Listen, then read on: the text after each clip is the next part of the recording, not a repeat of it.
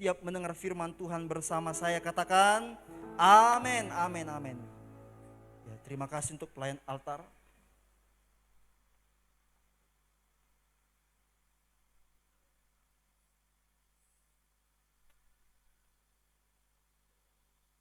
Maaf Bapak Ibu.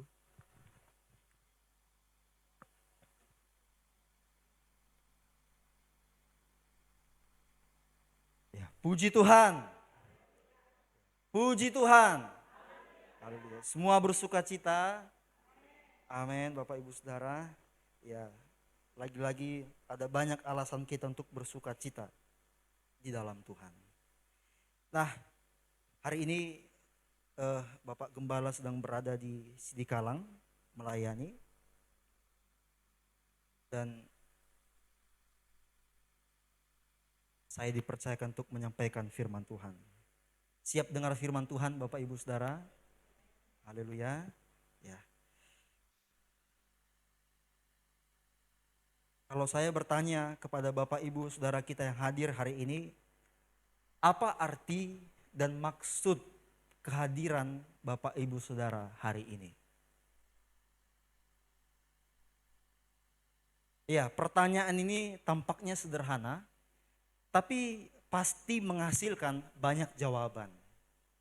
Kalau saya kasih kertas kepada Bapak Ibu Saudara, saya lihat jawabannya dengan pertanyaan apa arti, apa maksud dari kehadiran Bapak Ibu Saudara hari ini? Jawabannya pasti beda-beda.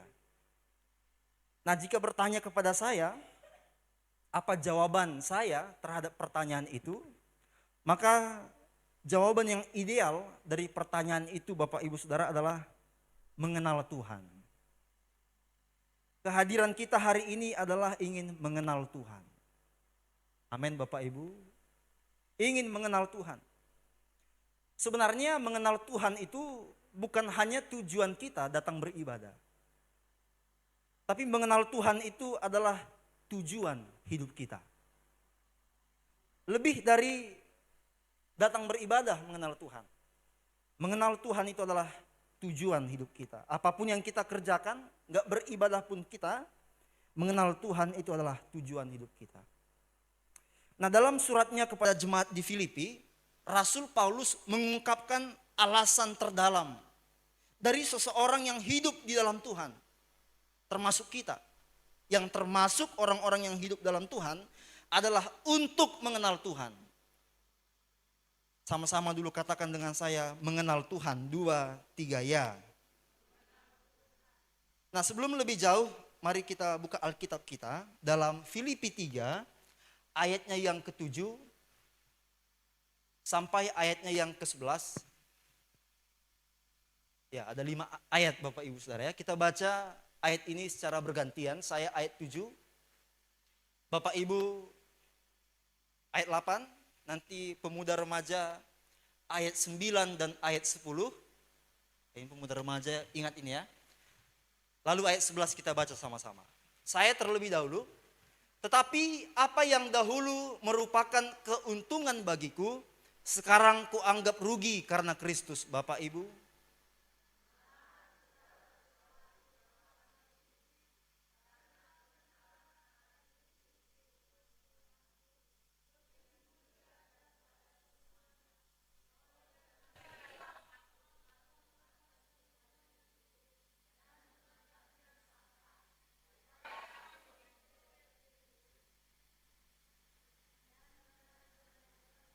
ulang dulu, ulang.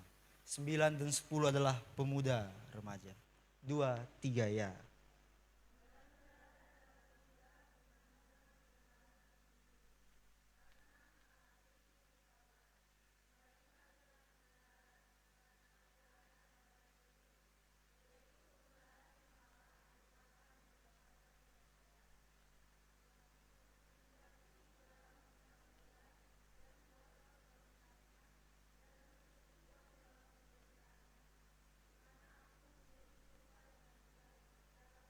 Sama-sama. Supaya aku akhirnya beroleh kebangkitan dari antara orang mati. Judul firman Tuhan hari ini adalah mengenal Tuhan. Paulus mengatakan bahwa segala sesuatu selain pengenalan akan Kristus Tuhan kita adalah rugi, sebuah kerugian. Itu berarti bagi Paulus mengenal Tuhan adalah sebuah keuntungan yang jauh lebih besar dari apapun yang dia miliki dalam hidupnya. Bapak Ibu Saudara, apa kira-kira perasaan Bapak Ibu kalau mengenal seorang anggota DPRD?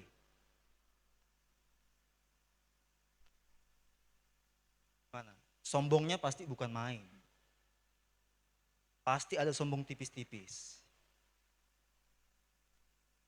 Bahkan kalau kita mengenal Kepling aja, bangganya bukan main. Kepling itu teman-temanku di Warkop misalnya. Nah, Bapak Gembala kalau dia mengatakan nanti nakku kalau jadi gembala, Kepling itu harus jadi sahabatmu katanya. Bayangkan, mengenal Kepling pun begitu penting. Mengenal Kepling pun membawa keuntungan bagi seorang yang mau jadi pendeta. Maka mengertilah kita mengapa Rasul Paulus katakan mengenal Tuhan itu adalah keuntungan. Kalau mengenal manusia saja memperoleh untung, apalagi mengenal Tuhan. Nah, istilah untung dan rugi yang dipakai Paulus ini Bapak Ibu Saudara adalah istilah dagang. Istilah perdagangan. Saya mau tanya dulu, Bapak Ibu Saudara lebih suka beruntung atau rugi? Kalau bisa jualan itu gak pernah ada ruginya kan? Beruntung terus. Kalau kerja itu misalnya gak mau ada ruginya. Kalau bisa mobil itu gak ada rusak-rusaknya. Kalau rusak kan pengeluaran, rugi.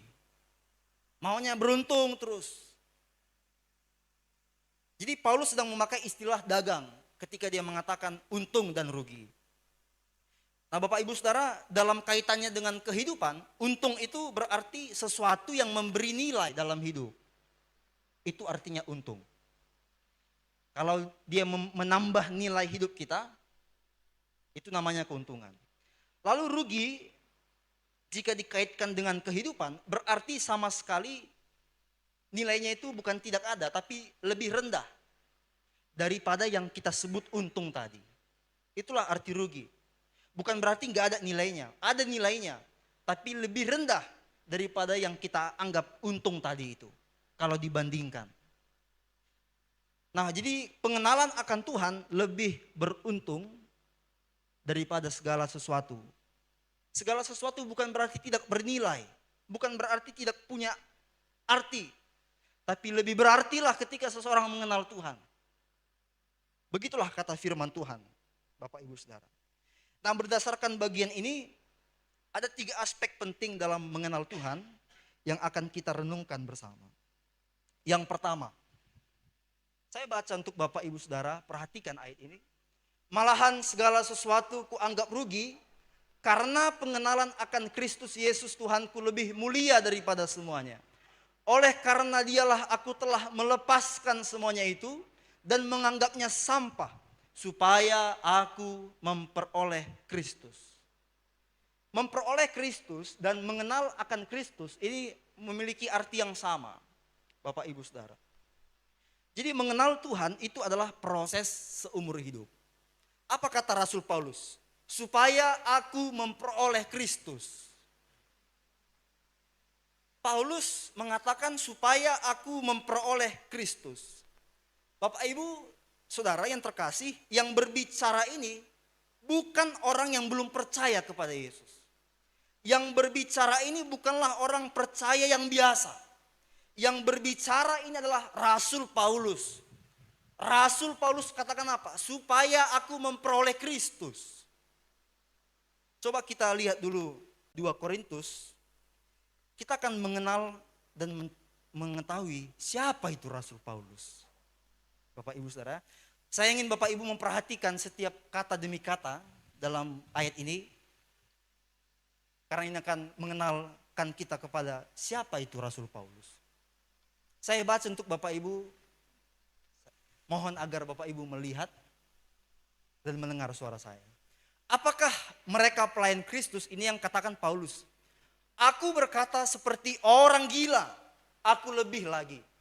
Aku lebih banyak berjeri lelah, lebih sering di dalam penjara, didera di luar batas. Kerap kali dalam bahaya maut, 5 kali aku disesah orang Yahudi. Setiap kali 40 kurang 1 pukulan. 3 kali aku didera, 1 kali aku dilempari dengan batu, 3 kali mengalami karam kapal. Sehari semalam aku terkatung-katung di tengah laut. Dalam perjalananku aku sering diancam bahaya banjir dan bahaya penyamun. Bahaya dari pihak-pihak orang-orang Yahudi dan dari pihak orang-orang bukan Yahudi. Bahaya di kota, bahaya di padang gurun, bahaya di tengah laut, dan bahaya dari pihak saudara-saudara palsu. Aku banyak berjeri lelah dan bekerja berat. Kerap kali aku tidak tidur, aku lapar dan dahaga. Kerap kali aku berpuasa, kedinginan tanpa pakaian. Dan dengan tidak menyebut banyak hal lain lagi, urusanku sehari-hari, yaitu untuk memelihara semua jemaat-jemaat.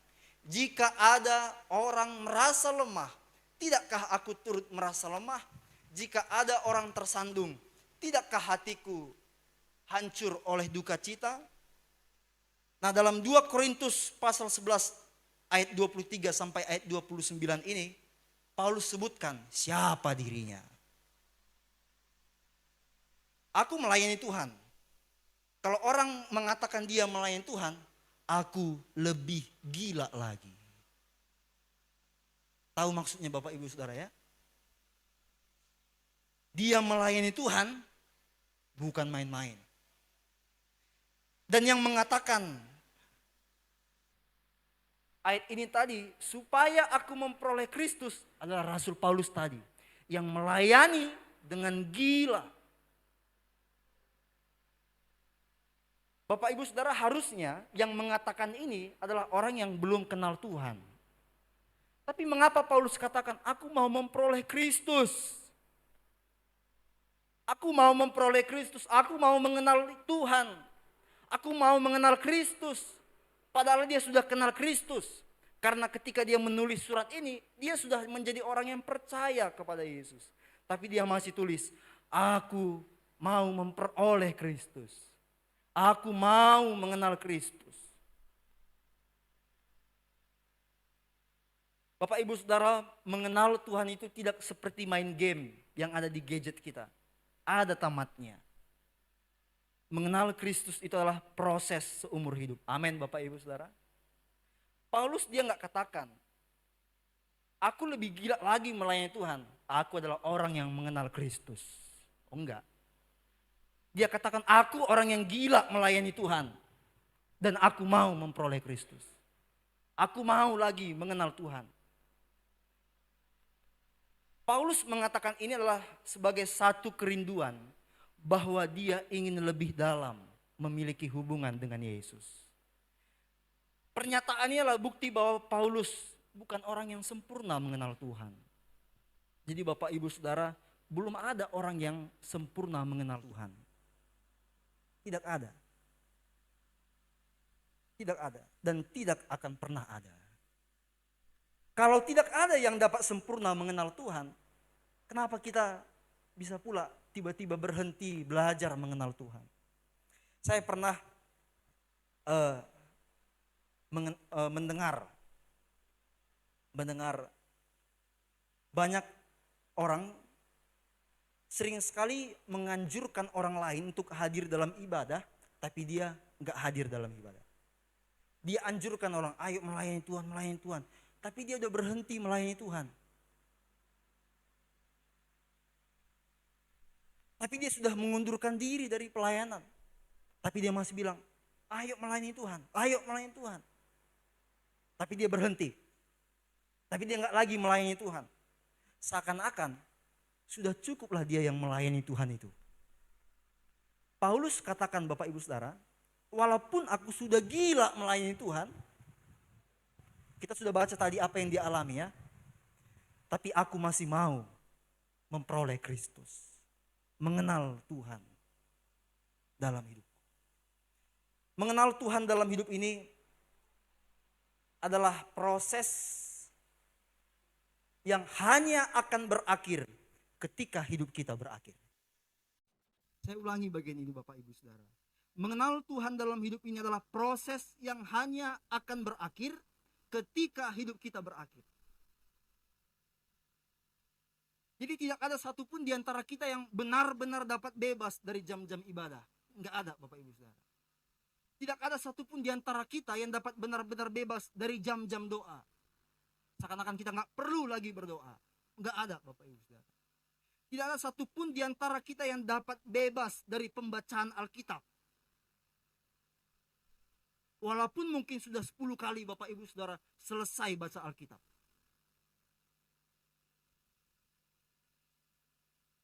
Mengenal Tuhan dalam ibadah, pelayanan, doa, baca firman Tuhan adalah proses seumur hidup. Yang kedua, mengenal Tuhan adalah sebuah anugerah. Mari kita baca bersama-sama ayat 9. 2, 3, iya. Dan berada dalam Dia bukan dengan kebenaranku sendiri karena mentaati hukum Taurat, melainkan dengan kebenaran karena kepercayaan kepada Kristus, yaitu kebenaran yang Allah anugerahkan berdasarkan kepercayaan. Nah, kita harus ingat siapa Rasul Paulus ini. Sebelum Rasul Paulus dipanggil Tuhan, dia itu adalah seorang Yahudi tulen. Seorang Yahudi. Nah, Bapak Ibu Saudara, kita ini nggak sama dengan orang Yahudi. Ya, jangan mengatakan kita ini orang-orang Yahudi rohani ya, itu nggak benar itu. Kita ini orang Kristen. Nggak ada Yahudi rohani. Ya, nah kita berbeda dengan orang Yahudi. Orang Yahudi percaya bahwa melakukan dan taat terhadap hukum Taurat akan menjadikannya benar di hadapan Allah. Paulus sendiri juga mengatakannya, saudara ya. Ayat 6 di pasal Filipi 3. Tentang kegiatan aku penganiaya jemaat, tentang kebenaran dalam mentaati hukum Taurat, aku tidak bercacat. Paulus orang yang tulen dan militan dalam melakukan hukum Taurat. Di hukum Taurat itu ada salah satu peraturan seperti ini. Di hari Sabat tidak boleh berjalan minimal paling jauh itu 1 mil. Jadi lewat 1 mil sedikit, itu udah dosa itu. Jadi Paulus betul-betul mentaati hukum Taurat sedetail-detailnya. Dia tidak bercacat. Tapi perjumpaannya dengan Yesus dalam perjalanannya ke Damsyik merubah hidupnya. Dia mengetahui bahwa hukum Taurat tidak dapat membenarkan seseorang di hadapan Allah. Tidak ada satupun orang yang benar di dunia ini, Bapak Ibu Saudara. Dan tidak ada seseorang yang dapat hidup benar kecuali tanpa Yesus, kecuali tanpa iman kepada Yesus. Perjumpaan dengan Yesus merubah hidup Paulus. Dan kita harus ketahui, dalam perjalanannya ke Damsyik, itu bukan Paulus yang mencari Yesus, tapi Yesus yang memperlihatkan dirinya kepada Paulus. Yesus yang menampakkan dirinya kepada Paulus sehingga Paulus punya kesempatan untuk mengenal Tuhan. Kalau Yesus nggak menampakkan dirinya dalam perjalanannya ke Damsyik, Paulus nggak akan mengenal Tuhan. Hal yang sama juga terjadi bagi kita, Bapak Ibu Saudara. Kalau bukan Tuhan yang mencari kita, kita nggak akan pernah bisa mencari Tuhan. Kalau bukan Tuhan yang memperkenalkan dirinya kepada kita, kita nggak akan bisa mengenal Tuhan. Manusia nggak bisa mencari Tuhan. Jadi kalau ada yang mengatakan, dan ini sering terjadi, dan ini nyata. Agama itu artinya apa, Bapak Ibu saya? Tahu arti agama? Agama itu artinya mencari Tuhan. Itu arti agama. Nah, kekristenan itu sebenarnya bukan agama. Tapi mengapa dimasukkan ke agama? Peraturan pemerintah. Agama-agama yang lain itu mencari Tuhan, Bapak Ibu. Mereka pikir mereka bisa cari Tuhan. Kita nggak bisa mencari Tuhan sampai kapanpun, kecuali bukan Tuhan Harus Tuhan dulu yang datang, baru kita bisa mengenal Tuhan. Nah, inilah yang membuat Paulus itu begitu bersyukur dia bisa kenal Tuhan. Dibuktikan dengan apa? Dia menghargai dan menempatkan pengenalan akan Kristus itu lebih dari segalanya dalam hidupnya. Dia begitu bersyukur ketika dia dapat mengenal Tuhan. Nah, mengenal Tuhan itulah sebuah anugerah, Bapak Ibu. Tahu apa arti anugerah? Kita nggak dapat menerimanya, tapi kita diberi. Itu adalah anugerah.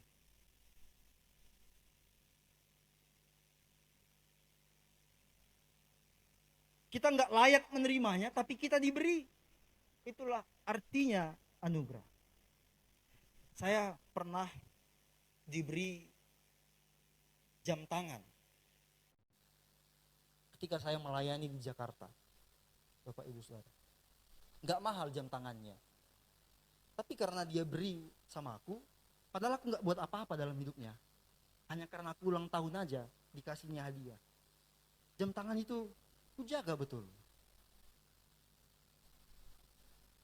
karena pikirku kenapa dia kasih ya, paling nggak buat apa-apa aku dalam hidupnya, tapi dia kasih jam tangannya aku jaga. Itu artinya anugerah. Kita menyadari dan menjaga sesuatu yang dipercayakan bagi kita. Rasul Paulus, dia mengenal Tuhan terus menerus karena dia tahu mengenal Tuhan adalah sebuah anugerah. Amin Bapak Ibu Saudara. Amin Bapak Ibu Saudara. Ya, mengenal Tuhan adalah sebuah anugerah. Kalau kita dapat mengenal Tuhan, kita patut bersyukur dan menjaga hidup kita agar kita terus mengarah kepada pengenalan kita kepada Tuhan. Yang terakhir,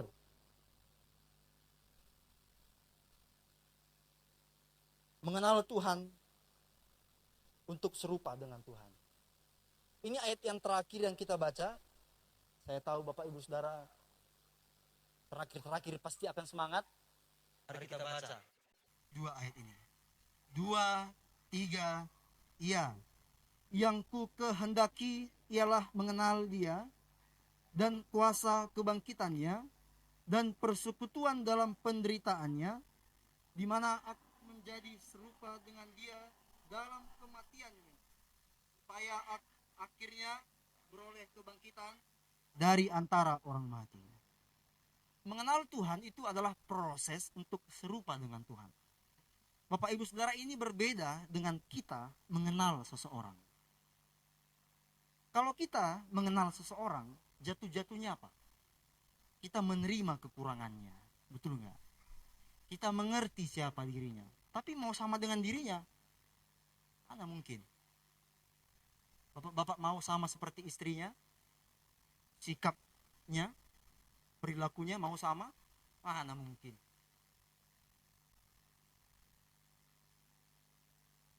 Ibu-ibu mau sama dengan suaminya, sifatnya, karakternya, mana mungkin?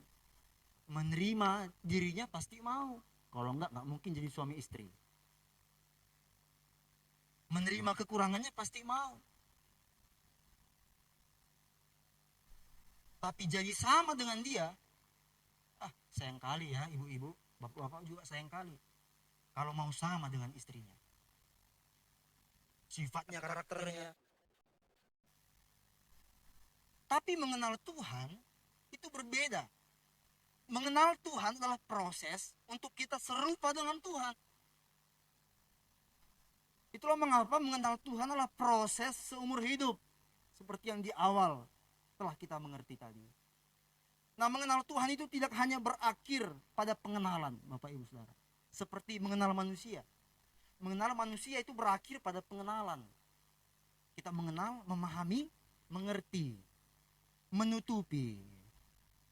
Tapi mengenal Tuhan harus berakhir kepada keserupaan dengan Tuhan. Nah, pada ayat yang baru kita baca, Paulus menunjukkan mengenal Tuhan itu memiliki dua hal yang penting. Ya.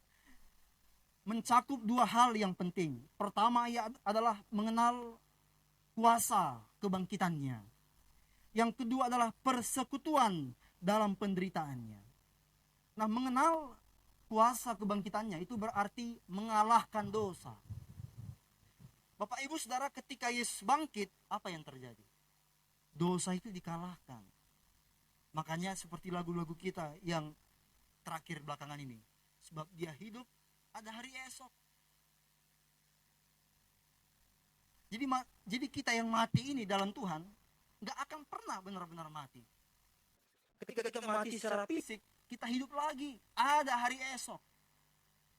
Ada hari esok. Karena Tuhan dalam kebangkitannya mengalahkan kuasa dosa. Bapak Ibu Saudara, dosa tidak punya kuasa lagi atas hidup kita. Oleh karena itu orang yang percaya kepada Yesus, dia harus serupa dengan Tuhan, yaitu mengalahkan dosa dalam hidupnya. Kalau seseorang tidak berusaha mengalahkan dosa, dia tidak mengalami namanya kuasa kebangkitan. Untuk mengenal dan mengalami kuasa kebangkitan, kita harus mengalahkan dosa dalam hidup kita. Disitulah seseorang disebut mengenal kuasa kebangkitan. Mengalami kuasa kebangkitan. Ini kalau memberi diri untuk dosa terus, kita nggak mengalami kuasa kebangkitan itu.